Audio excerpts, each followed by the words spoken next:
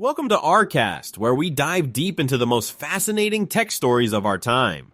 Today we're exploring what might be Tesla's biggest secret yet, the quiet recall of Cybertruck batteries that's sending shockwaves through the automotive industry. Picture this, you take your shiny new Cybertruck, worth over $100,000, to Tesla for a minor repair. Maybe it's just a broken mirror or a routine checkup, but when you get the service report, there's a mysterious line item about replacing your entire battery pack. No warning, no explanation, just a casual mention of something called cell-side dent induced core collapse. Sounds like something from a sci-fi movie, right? But this isn't science fiction. This is happening right now, and it's not just one isolated incident. We're seeing reports spanning months, affecting Cybertrucks delivered between February and July. And here's where it gets really interesting. Tesla isn't calling this a recall. They're quietly swapping out these massive battery packs while owners bring their trucks in for completely unrelated issues. Now you might be thinking, well, maybe they're just being proactive.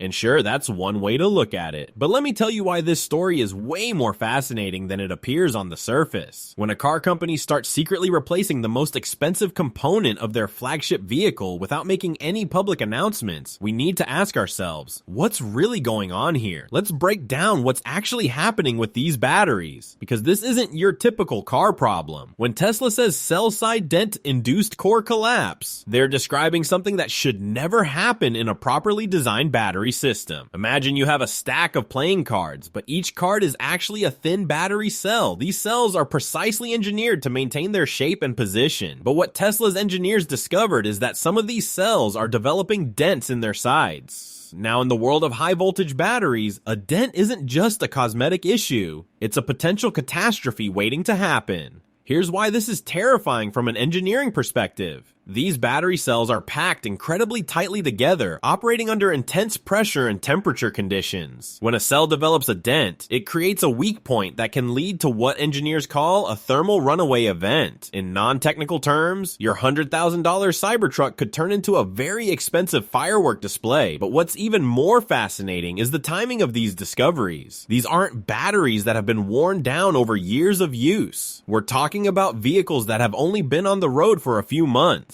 This suggests a fundamental design or manufacturing flaw in the battery architecture. The real kicker? Traditional automakers typically spend years testing their battery designs before putting them in production vehicles.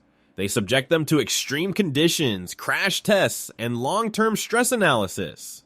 But Tesla, in their rush to get the Cybertruck to market, seems to have missed something critical in their testing phase. And here's where it gets really interesting. These battery packs aren't just any ordinary batteries. They're using Tesla's new 4880 cell format, which was supposed to be their breakthrough technology. These cells are larger than traditional EV batteries, which should have made them more efficient and cheaper to produce. But as we're seeing now, bigger isn't always better. Speaking of production, let's talk about what this means for Tesla's manufacturing process. When you're mass producing vehicles, consistency is everything. The fact that they're seeing these issues across multiple vehicles suggests that Tesla might be facing a systemic problem in their manufacturing process. And this is where things get really wild, folks. Let me break down why this manufacturing issue is more complex than it appears on the surface. First off, let's talk about Tesla's famous Giga Press. You know, that massive machine that's supposed to revolutionize how we build cars. It's like a giant waffle maker, but instead of waffles, it stamps out entire car sections. Brilliant idea, right? Well, here's the thing. When you're dealing with such large-scale manufacturing, even the smallest misalignment can create stress points that affect the battery compartment. Think about it like this. You're building the world's most expensive sandwich. The bread is your car's frame, and the filling, that's your battery pack. If your bread is slightly warped, no matter how perfect your filling is, you're going to have problems. And in Tesla's case, these problems are showing up as dented battery cells. Now, here's where it gets even more interesting. Traditional auto manufacturers typically have what we call tolerance stacking. It's basically a way to account for tiny imperfections in manufacturing, but the Cybertruck's unique design, with its exoskeleton structure and integrated battery pack, means there's very little room for error. We're talking about tolerances measured in millimeters, and when you're mass-producing vehicles at Tesla's pace, maintaining these tolerances becomes incredibly challenging. But wait, there's more. Remember those leaked emails from Tesla's manufacturing floor? They showed that the company was pushing to increase production speed significantly. Now, I'm not saying there's a direct correlation, but in manufacturing, there's an old saying, you can have it fast, good, or cheap. Pick two. It seems Tesla might have been prioritizing speed and cost over robustness. Let's talk about quality control for a minute. In a traditional auto plant, you've got multiple inspection points throughout the assembly process. But Tesla's highly automated production line, while innovative, might be missing critical inspection opportunities. It's like trying to catch a spelling mistake in a document without actually reading it. Sure, your spell checker might catch the obvious errors, but what about those subtle contextual issues? The really fascinating part is how this relates to Tesla's famous manufacturing hell that Elon Musk talked about with the Model 3. You'd think those lessons would have carried over to the Cybertruck production, but it seems like they're facing new challenges. The difference is, this time they're dealing with a vehicle that's pushing the boundaries of what's possible in terms of both design and manufacturing. And here's something that not many people are talking about. The role of thermal expansion in all of this. The Cybertruck's stainless steel body expands and contracts differently than traditional automotive materials. When you combine this with a tightly packed battery system, you're essentially creating a complex puzzle where all the pieces are constantly moving slightly, and this brings us to a fascinating ripple effect across Tesla's entire production ecosystem. You see, what's happening with the Cybertruck isn't just isolated to this one vehicle, it's forcing Tesla to completely rethink their approach across all their production lines. Think about it this way. Tesla's Model Y and Model 3 share about 75% of their components. It's like they're siblings from the same family. But the Cybertruck, it's that rebellious cousin who shows up at family reunions and causes chaos. Its unique manufacturing challenges are exposing weaknesses in Tesla's overall production philosophy. Here's where things get really interesting. Tesla's famous production hell with the Model 3 was supposed to be their baptism by fire, their great learning experience. They built that massive tent in Fremont, remember that? Everyone thought they were crazy, but they pulled it off. Now with the Cybertruck's battery issues, they're facing a whole new kind of production nightmare. Let me paint you a picture of what's happening on Tesla's factory floors right now. Imagine you're running 3 different restaurants, each with its own kitchen. The first 2 restaurants, let's call them Model 3 and Model Y, are running smoothly. You've got your processes down, your staff knows what they're doing. Then you open a 3rd restaurant, the Cybertruck kitchen, and suddenly you realize your entire cooking method might be fundamentally flawed. The battery production line for the Cybertruck is like nothing Tesla has ever attempted before. These new 4,880 cells require completely different handling, different testing, different everything. And here's the kicker. Tesla can't just isolate this problem to the Cybertruck line. They're learning lessons that are forcing them to question their entire battery production strategy. Remember those robots Tesla was so proud of? The ones Elon Musk called alien dreadnoughts? Well, it turns out that when you're dealing with precision battery placement and the kind of tolerances we talked about earlier, even these high-tech robots might not be enough. They're having to completely reimagine their automation strategy. But here's where it gets really wild. Tesla's other vehicle lines are starting to show signs of what I call production anxiety. They're so worried about the Cybertruck issues spreading that they're implementing new quality control measures across all their lines. It's like when one kid gets caught cheating on a test, and suddenly all the teachers start watching everyone more closely. And let's talk about their battery supply chain for a minute. Tesla's gigafactories were supposed to be these perfect vertically integrated manufacturing centers, but the Cybertruck's battery issues are exposing cracks in that foundation. They're having to reevaluate everything from raw material sourcing to final assembly. And speaking of assembly issues, folks, the Reddit comments on this story are absolutely wild. Let me share some of the most fascinating observations from the tech community. You know what's hilarious? One user pointed out that Tesla's famous panel gaps might actually be the least of their problems now. Get this, apparently some of these panels are held on with, wait for it,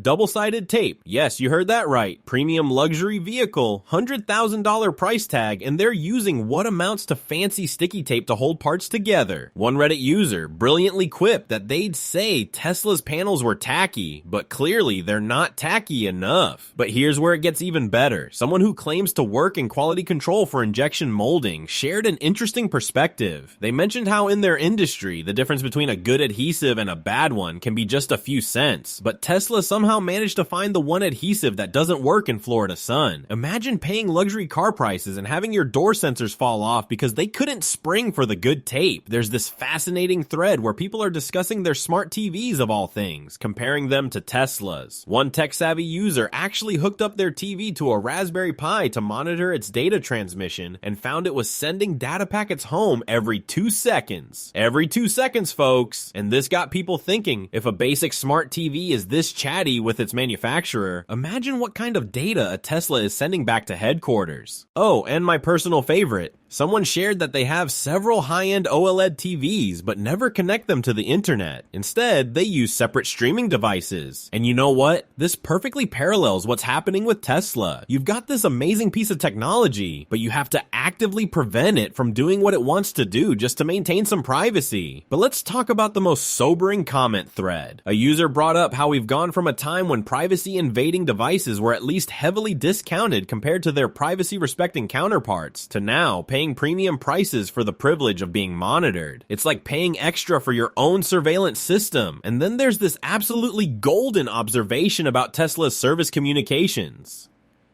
One user compared it to imagine going to any other car dealer and them casually mentioning, "Oh yeah, we decided to replace your engine a couple weeks back. Sorry we didn't inform you." And this brings us to the bigger picture, folks. What we're seeing with Tesla's Cybertruck battery situation isn't just about faulty cells or manufacturing issues. It's a wake-up call for the entire tech industry and us as consumers. Think about it. We're living in an age where our $100,000 vehicles can get secret surgery without our knowledge, where our cars know more about our daily habits than our family members do, and where we're actually paying premium prices for the privilege of being monitored. It's like we're living in that Black Mirror episode, except it's not fiction anymore. But here's the silver lining. This whole situation is forcing us to have some really important conversations about transparency in tech companies, about the balance between innovation and reliability, about whether we're moving too fast in our rush to electrify everything. You know what's really fascinating? 10 years ago, if you told someone their car would need a software update, they'd look at you like you were crazy. Now we're dealing with vehicles that can literally transform overnight through over-the-air updates. But with that convenience comes responsibility. Responsibility that some companies might not be ready to handle.